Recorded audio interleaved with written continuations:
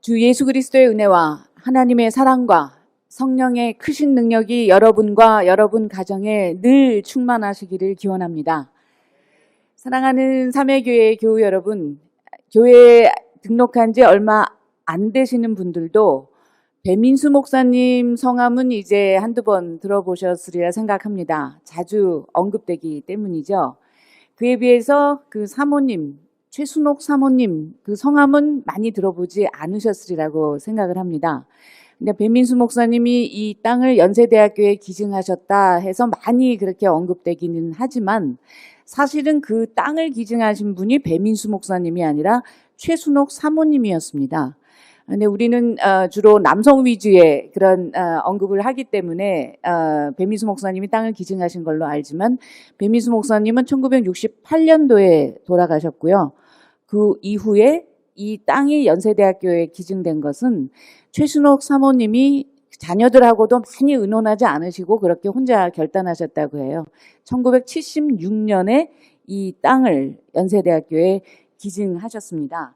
2층에 이 배민수 목사님 전시실, 최순옥 사모님 이 기념실에 들어가 보신 분들은 거기에 벽면에 이런 글귀가 있는 거 혹시 눈여겨 보셨는지 모르겠습니다.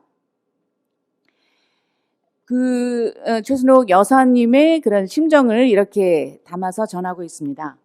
삼회동사는 내 손이 안 간 데가 없이 가꾸어진 생각하면 애처롭고 눈물겨웁게 서운하지만 그러나 나 자신보다 신앙 능력 기반이 튼튼하고 목적 사업이 동일한 후계자를 발견하여 장차 이 목적 사업을 지속하여 빈한한 우리 농촌을 부유케 하며 한국 농촌의 횃불이 되어질 것이라는 희망과 기대를 갖게 되니 섭섭한 심정보다 멀지 않은 장래에 눈부시는 번창을 바라보면 대견하고도 흐뭇한 심정입니다.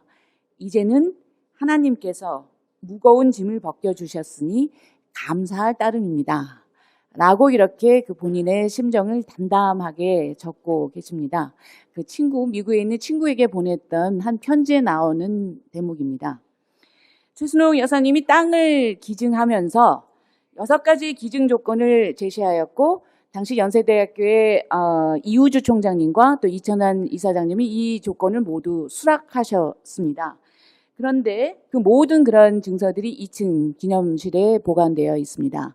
그 6가지의 기증 조건 중에 가장 중요한 것이 여러분들 잘 아시는 초교파 교회를 세우라 라는 그런 내용이었습니다.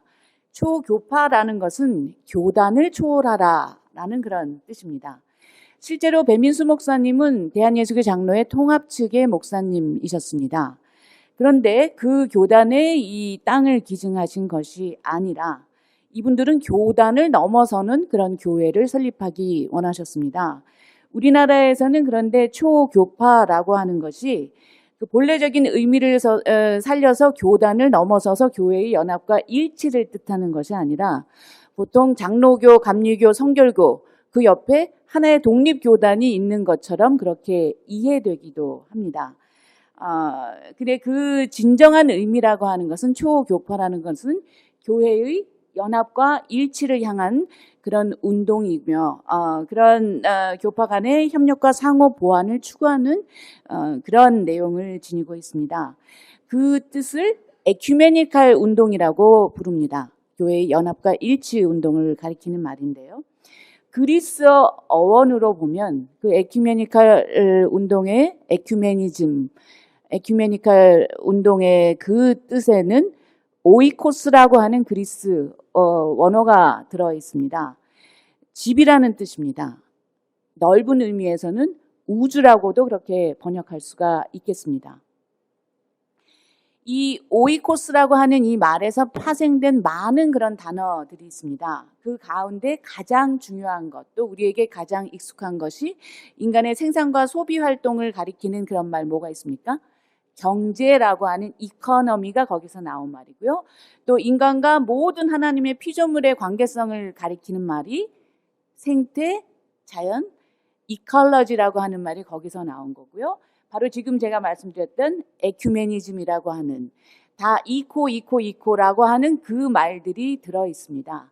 그 얘기는 바로 이 모든 것이 우리들이 살고 있는 좁은 의미에서의 집, 그리고 넓은 의미에서 이 우주의 관계성, 그 안에 있는 모든 것들이 함께 연결되어 있다라는 것을 말하고 있는 것입니다.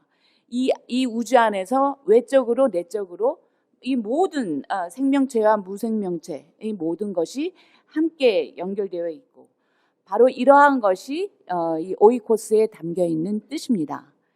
근데 이 오이코스라고 하는 이 단어가 오늘 서신서 본문에 들어 있었습니다. 우리는 한국말로 읽었기 때문에 그게 들어 있었는지 이렇게 놓쳐버렸지만 원어 성경에 그 내용이 들어 있는데요. 바울이 고린도 교회에 보내는 편지가 오늘 서신서의 본문 말씀이었습니다. 바로 여기에서 시네르기, 동역자라는 말이 쓰였고, 그 다음에 게오르기온이라고 하는 밭이라는 표현이 들어가 있었고, 오이코도메라고 하는, 한국말로는 보통 다른 성경에서는 집이라고 번역했는데 우리가 읽은 성경에는 건물이라고 그렇게 번역을 했습니다. 이러한 단어가 여기 들어있는데요. 바울은 여러분들 잘 아시다시피 여러 차례의 전도 여행을 통하여서 여러 교회를 세우게 됐고요. 그리고 바울이 두 번째 여행을 하면서 고린도에 교회를 세우고 난 뒤에 이제 그 교회에 다시 보내는 그런 편지였는데, 교회를 세워놓은 지 얼마 되지 않았는데 벌써 그 안에서는 갈등과 싸움이 벌어지기 시작을 했습니다.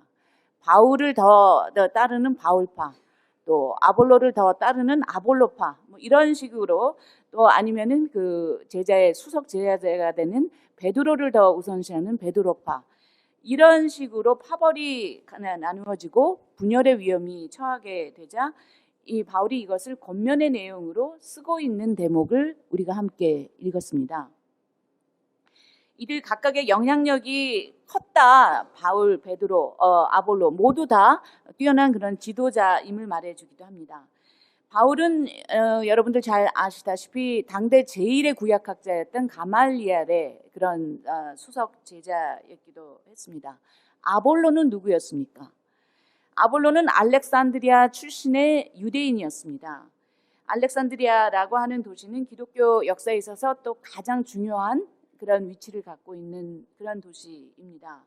지금의 이집트의 북쪽에 있는 지중해 연안에 위치한 도시로서 알렉산더 대왕이 그 도시를 건설해서 그의 이름을 따라서 알렉산드리아라고 불려졌습니다. 이 알렉산더라는 도시를 건설하면서 그리스인과 함께 유대인들을 이곳에 정착시켰습니다. 요세푸스의 기록에 의하면 알렉산더 대왕은 유대인들에게 그리스인들과 동등한 그런 권리를 주면서 거기에 정착하게 했다고 합니다. 이 아볼로는 웅병가라는 그런 이름을 지니고 있는데요.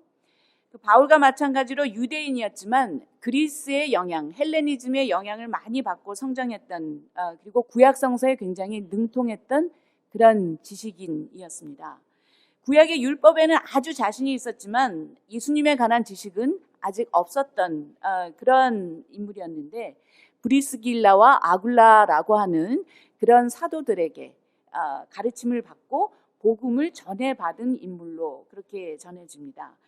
아볼로는 이렇게 배움에 대한 열정이 있었을 뿐만이 아니라 겸손함을 지녀서 자기가 당대에 제일 가는 그런 학자였음에도 브리스길라와 아굴라에게 이 복음의 말씀을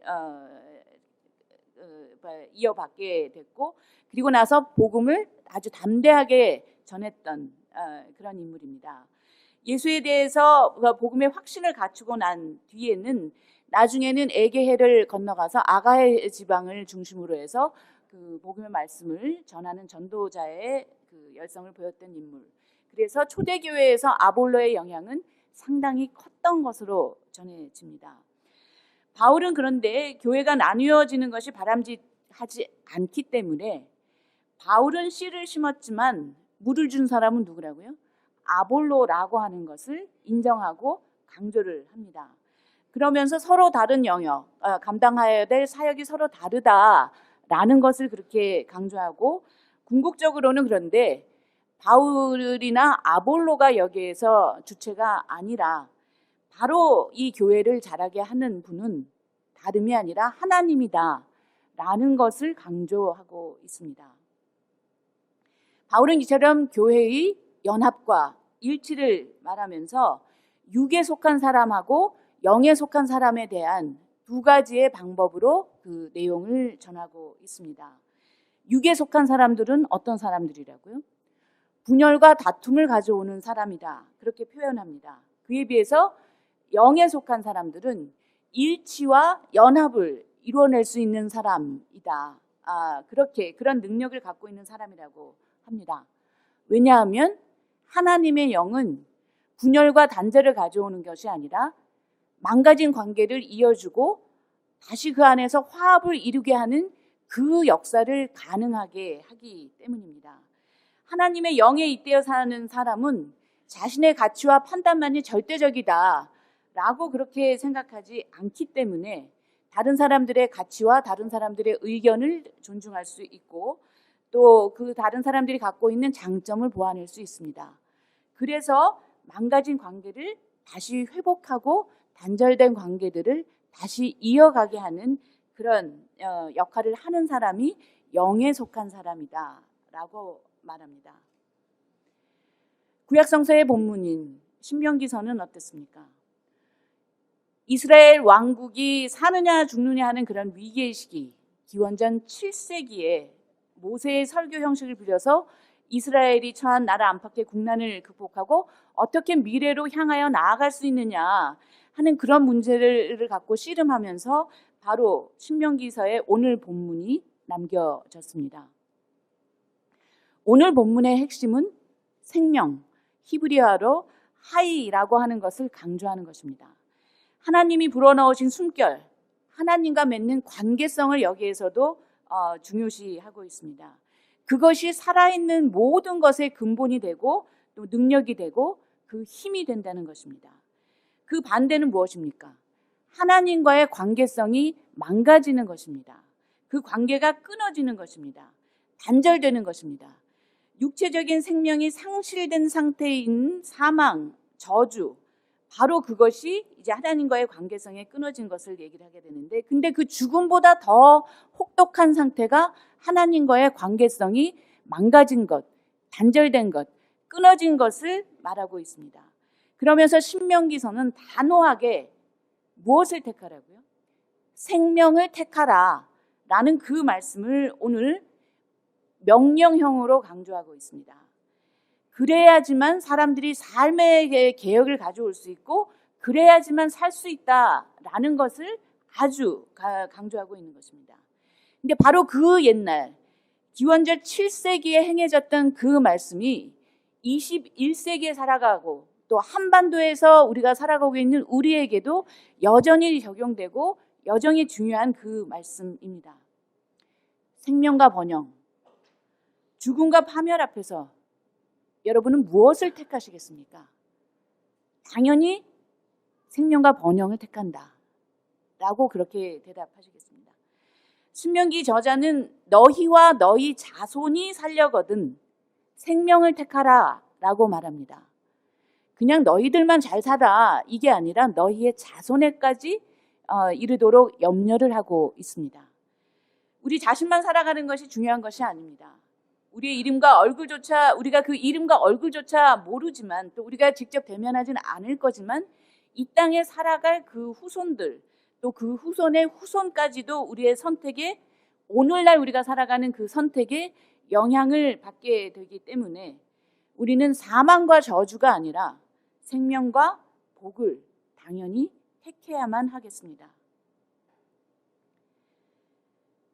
바로 이것이 우리에게 주어져 있는, 우리의 시간 속에서, 우리의 삶 속에서 주어져 있는, 우리가 그 길을 따라야 하는 그 명령형으로 그 일을 감당해야 될 그 내용입니다. 우리 각자에게 남겨진 시간이 얼만큼일지 여러분들 생각해 보신 적 있으십니까?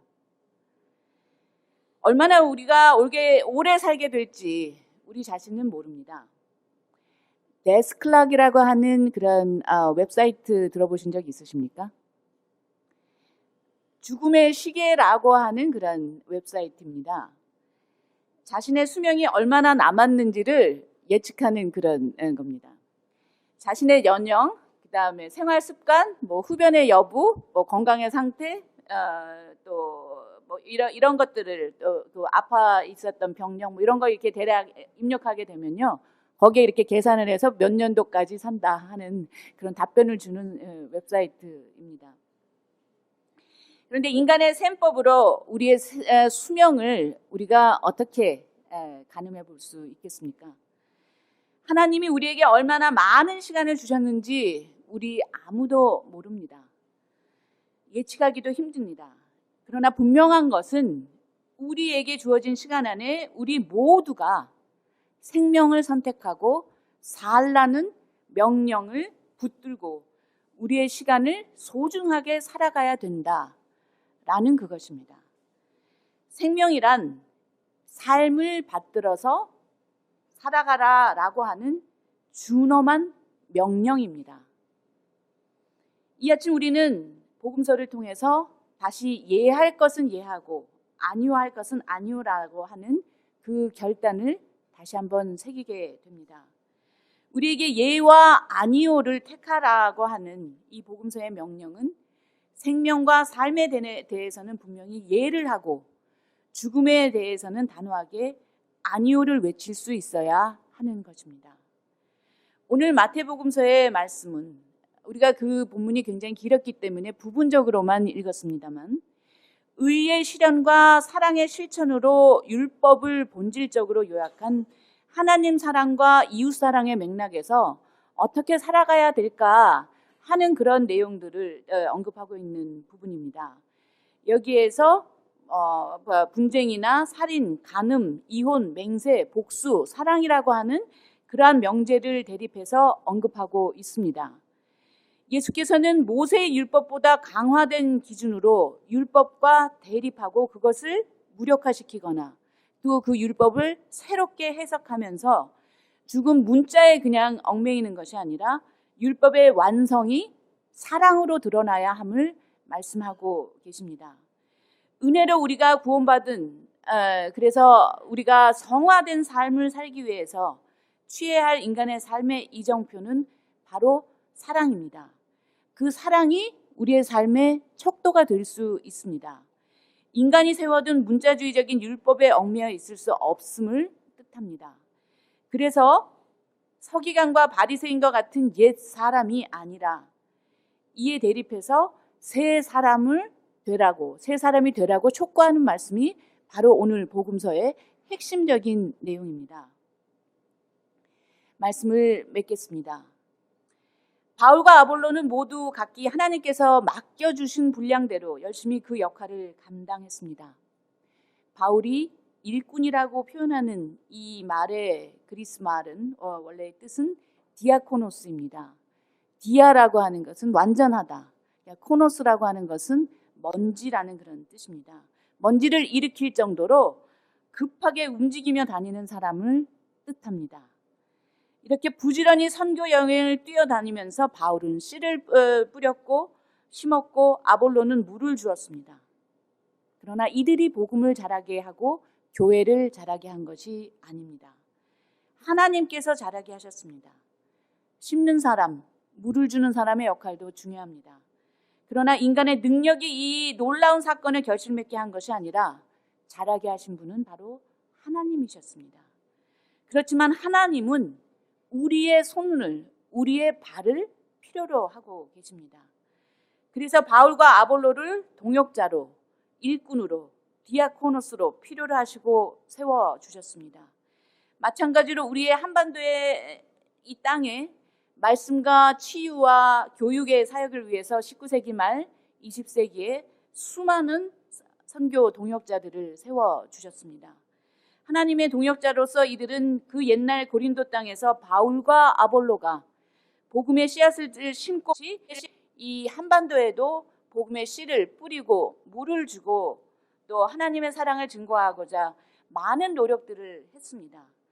그리고 배민수 목사, 최순옥 여사와 같은 분이 그 뒤를 이어서 그 역할들을 했던 기독인들이었습니다. 그 당시는 일제가 우리의 주권을 앗아갔던 어려운 시기였고 경제적으로도 굉장히 피폐해 있었던 그런 시기에 이 3의 동산을 통해서 삶을 일구어 나갔고 땅을 일구어 나가서 이 나라와 민족이 제대로 살 수 있는 그런 터전을 마련하셨고 그 유산을 우리가 이어받은 것입니다. 바로 이들을 동역자로 세우셨던 그 하나님께서 이제 여러분을 하나님의 동역자로 부르십니다. 여러분 모두가 하나님의 밭이며 하나님의 건물, 하나님의 집입니다. 이 얼마나 귀중하고 소중한 그런 칭호입니까? 또 얼마나 아름다운 그런 약속입니까? 하나님이 우리 각자를 귀하게 여겨주시고 약속하시는 그 말씀에 귀 기울여 보시기 바랍니다. 그리고 그러한 부르심에 응하고자 또 오늘도 또 충실히 우리에게 맡겨진 귀중한 사역을 기쁨으로 감당하시게 되길 바라겠습니다. 동역자라고 하는 그 표현은 그리스 헬라어에 따르면 합심해서 선을 이루는 시너지를 창출하는 사람을 뜻합니다. 씨 뿌리고 물 주는 것도 중요하지만 벌레도 잡고 김도 매주고 낙엽도 담고 거름을 주는 모든 그 일들이 중요합니다. 서로 마음을 모아서 부족한 것을 함께 채워 나가는 것이 중요합니다. 여러분 각자가 지니신 귀중한 재능이 어우러져서 주님의 몸된 교회로서 몸된 공동체로서의 이 3회 공동체를 이루어 나갈 수 있습니다.